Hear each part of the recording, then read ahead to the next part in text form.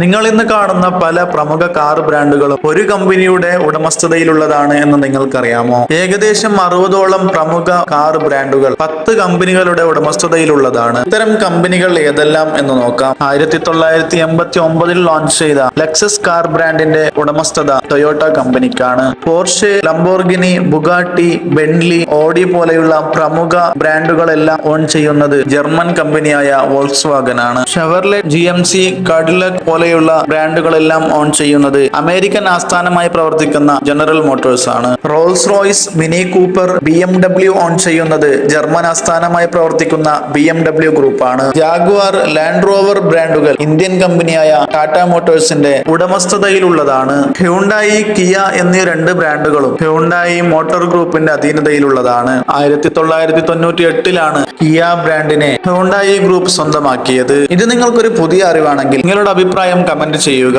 ഇതുപോലെയുള്ള ഇൻഫോർമേറ്റീവ് വീഡിയോകൾക്കായി channel subscribe ചെയ്യുക.